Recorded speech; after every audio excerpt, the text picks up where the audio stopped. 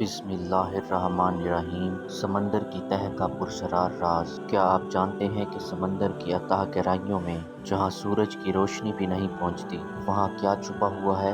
ایک بار حضرت سلیمان علیہ السلام نے اپنے جنات کو سمندر کی تہ میں اترنے کا حکم دیا۔ جنات سمندر کی گہرائی سے واپس آئے تو ان کے چہروں پر شدید خوف اور حیرت کے اثرات تھے۔ انہوں نے حضرت سلیمان علیہ السلام سے کہا، اے اللہ کے نبی، ہم نے سمندر کی تہ میں ایک ایسا منظر دیکھا ہے جس پر عقل یقین نہیں کرتی۔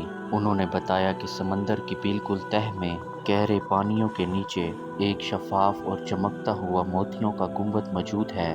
اس گنبد کا نہ کوئی دروازہ ہے نہ کھڑکی، اور اس کے اندر ایک نوجوان نہایت سکون سے اللہ کی عبادت میں مصروف ہے۔ حضرت سلیمان علیہ السلام نے ہوا کو حکم دیا اور اپنے تخت کے ساتھ سمندر کے اس مقام پر پہنچ گئے۔ آپ نے جنات کو حکم دیا کہ اس گنبد کو پانی سے نکال کر باہر لایا جائے۔ جنات نے اپنی پوری طاقت لگا کر اس بھاری اور چمکتے ہوئے گنبد کو ساحل پر رکھا۔ اللہ کے حکم سے وہ گنبد کھلا۔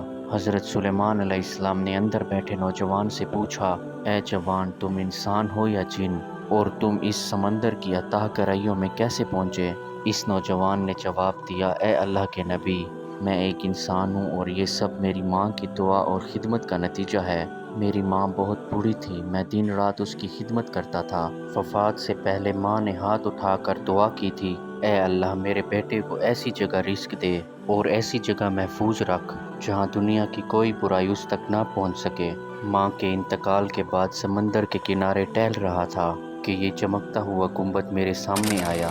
میں اندر داخل ہوا اور یہ مجھے سمندر کی تہ میں لے گیا۔ حضرت سلیمان علیہ السلام نے حیرت سے پوچھا، لیکن اس بند گنبد میں سمندر کے نیچے تمہیں کھانا اور پانی کہاں سے ملتا ہے؟ نوجوان نے جواب دیا، ہر روز ایک غیبی پرندہ آتا ہے جس کی چونچ میں ایک زرد رنگ کا پھل ہوتا ہے۔ اسے کھانے کے بعد مجھے نہ بھوک لگتی ہے اور نہ پیاس، اور نہ ہی مجھے گرمی یا سردی کا احساس ہوتا ہے۔ حضرت سلیمان علیہ السلام کی آنکھوں میں آنسو آ گئے اور آپ نے فرمایا، سچ فرمایا اللہ نے، ماں کی دعا کبھی رد نہیں ہوتی، اور جو اللہ تعالیٰ پر توکل کرتا ہے اللہ اسے وہاں سے رزق دیتا ہے جہاں اس کا گمان بھی نہیں ہوتا۔